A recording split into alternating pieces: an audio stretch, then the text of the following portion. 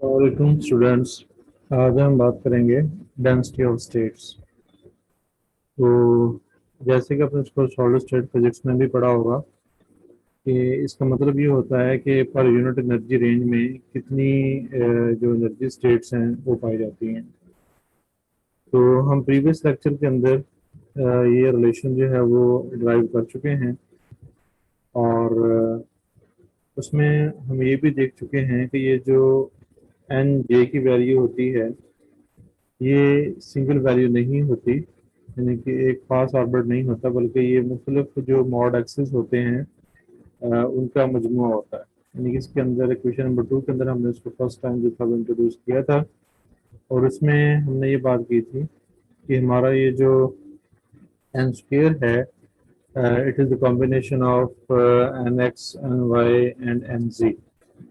तो ये जो मॉड एक्सिस हैं ये मिलके जो है ये हमें जो है वो एक कंबाइंड एन जे की वैल्यू जो है वो प्रोवाइड करते हैं।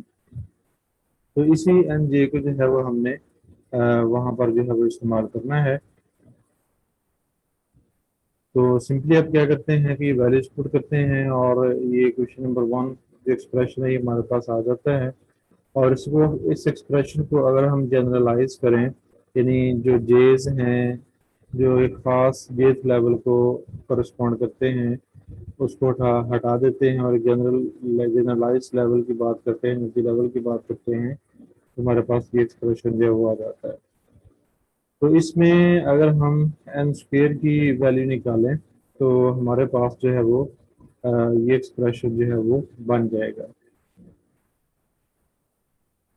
तो अब जैसे कि हम जानते हैं अपनी जनरल फिजिक्स में कि हमारे पास जो है अगर एक्सिस हों, यानी ये एक्स एक्सिस है, ये वाई एक्सिस है, ये जी एक्सिस है और एक एक्सप्रेशन हो X square plus Y square plus Z square. तो ये चीज़ जो है ये एक स्फीयर को करस्पॉन्ड करती है जिसका रेडियस जो है वो आर होता है। इन थ्री डायमेंशनल स्पेस में एक मखसूस स्फीयर जो है वो बनता है। इसी तरह जब हम मॉड एक्सिस की बात करते हैं, जिस तरह हमने लेजर के जो था वो कैविटी मॉड्स के आर्टिकल के अंदर भी इसको देखा था। तो फिर हमारे पास जो है वो जो हमारी मॉड स्पेस में है उसमें एक स्फीयर मिलता है जिसका रेडियस जो है वो आर होता है। यानी कि उसके अब जो एक्सिस होंगे वो एक्स वाई और जी नहीं होंगे, बल्कि उसके जो एक्सिस होंगे मॉड एक्सिस होंगे। यानी जो स्टेशनरी वेव्स के एक्सिस हैं वो होंगे जिनको हमने एन एक्स एन वाई और एन जी दिया था। और वहां पर भी हमने ये बात की थी कि N X N Y N G से मतलब कितने मॉड्स जो हैं वो हमारे अलोंग एक्स एक्सिस हैं, कितने मॉड्स हमारे जो हैं या stationary waves along Y axis हैं, या कितने जो हैं वो जी एक्सिस के अलोंग है। तो उस चीज़ को इस्तेमाल करते हुए अगर हम मॉड स्पेस में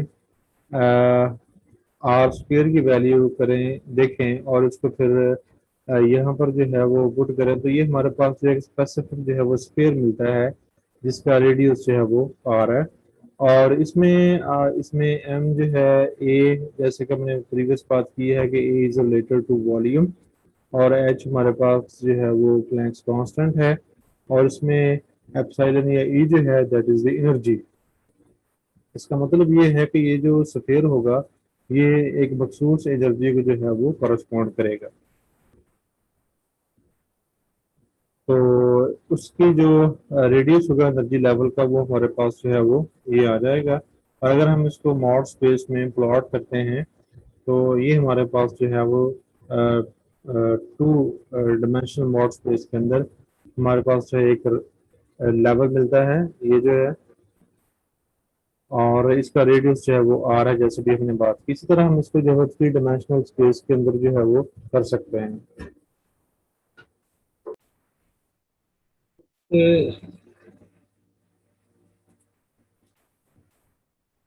इसका रिजल्ट ये निकला कि ये जो आर है ये मॉड स्पेस में एक खास किस्म के एनर्जी लेवल को जो है वो करस्पॉन्ड करता है। तो इसलिए फिर हम ये कह सकते हैं कि मॉड स्पेस में number of energy levels in states with energy less than E. अब ये जो आर था तो ये एक स्पेसिफिक एनर्जी लेवल जो स्फेरिकल फॉर्म में था उसका रेडियस था, जिसकी एनर्जी जो थी वो ई थी, ये। तो अगर हमारे पास जो एनर्जी लेवल्स हैं जिनकी एनर्जी जो है वो इससे कम है, वो जाहिर है कि स्फीयर से नीचे ही आएंगे, तो उनकी जो तादाद है is equal to the number of points in the N space in the positive octant of the sphere.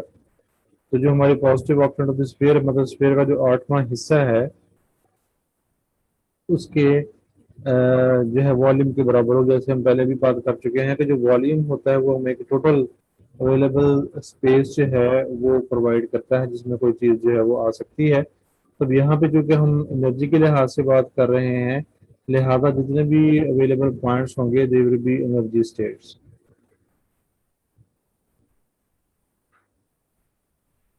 So it is not difficult to see that the number of such points, यानी जो energy levels हैं, is equal to the volume of this octant.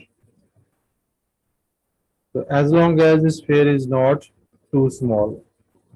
तो अगर हम वो energy levels मालूम करना चाहते हैं तो जो स्फीयर है उसका हमने ऑक्टेंट लेना है, क्योंकि वॉल्यूम जो है अवेलेबल स्पेस फॉर पॉइंट्स होती है। तो ये हम उसका जो है 1/8 लेने के लिए, ऑक्टेंट लेने के लिए हम इसको 1/8 से जो है वो मल्टीप्लाई करते हैं। तो इस तरह हमारे पास टोटल अवेलेबल पॉइंट्स आ जाते हैं उस स्पेसिफिक एनर्जी रेडियस के अंदर, जिसकी एनर्जी जो थी वो ई थी और उसका रेडियस जो था वो आर था।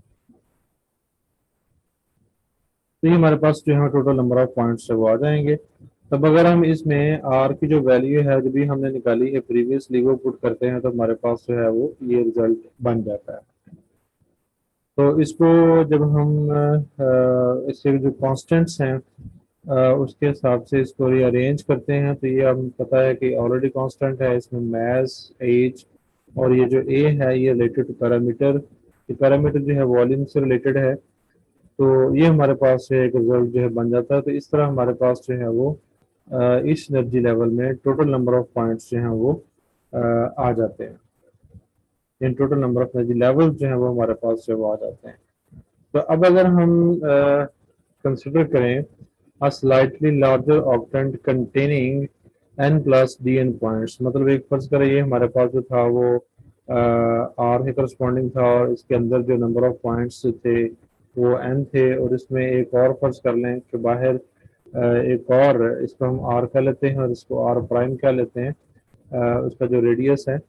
तो इसके टोटल जो नंबर ऑफ पॉइंट्स होंगे इसकी बाउंड्री के अंदर वो हमारे पास जो है n प्लस डी एन है, और इसमें जो डी एन होगा वो दोनों बाउंड्रीज के दरमियान नंबर ऑफ पॉइंट्स होंगे करस्पॉन्डिंग टू एनर्जी दिस। यानी कि जो हमारा पास जो है वो एक स्पेसिफिक ई वाला था, इसके जो नंबर ऑफ पॉइंट्स थे वो हमने कहा कि वो एन थे और इसकी जो एनर्जी थी वो ई थी, और जो उसका बाहर हमने लिया उसके हमने कहा कि जो टोटल नंबर ऑफ पॉइंट्स हैं वो हैं डी एन प्लस एन, और इसकी जो एनर्जी होगी वो जाहिर है कि इससे जो है वो ज़्यादा होगी, तो इसलिए ये ई प्लस डी ई जो है वो हम इसको लिख सकते हैं। तो इनके दोनों के दरमियान, दोनों बाउंड्रीज के दरमियान जो नंबर ऑफ पॉइंट्स हैं वो हम निकालना चाहें तो जो वेरिएशन है विद रिस्पेक्ट टू एनर्जी है, लिहाजा डिफरेंशियल के फॉर्म में उसको ऐसे जो है वो लिख सकते हैं। और इसमें ये वाला जो पैरामीटर है हमारा, ये हमें नंबर ऑफ पॉइंट्स जो है वो दे रहा है इन द एनर्जी रेंज। तो जैसे कि हम बात कर चुके हैं कि हमारा जो ए जो है ये वॉल्यूम से रिलेटेड पैरामीटर है, तो हम इसको जब जो है यहाँ पर रिप्लेस करते हैं तो हमारे पास जो इसकी वैल्यू आ जाती है वो ये आ जाती है। तो जैसे क्वांटम मैकेनिक्स के अंदर भी हम इसको पढ़ चुके हैं कि जब हम किसी भी फंक्शन को उसके डिफरेंशियल के साथ मल्टीप्लाई करते हैं तो बेसिकली वो जो फंक्शन होता है वो हमें डेंसिटी के बारे में बता रहा होता है। तो अब ये जो हमारे पास है this is the density of states. तो ये डेंसिटी ऑफ स्टेट्स है, और ये डेंसिटी ऑफ स्टेट्स किसमें है, इन एनर्जी।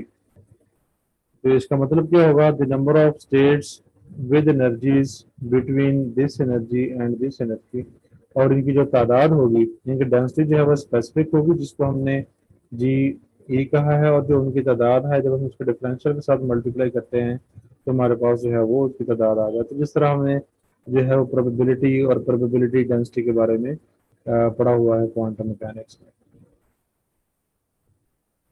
तो ये हमारे पास जो है वो नंबर ऑफ पॉइंट्स जो है पर यूनिट एनर्जी रेंज आ जाते हैं, और यही जो थी वो हमारी एनर्जी स्टेट्स थी। एनर्जी स्टेट की जो थी वो डेंसिटी थी। अस्सलाम वालेकुम।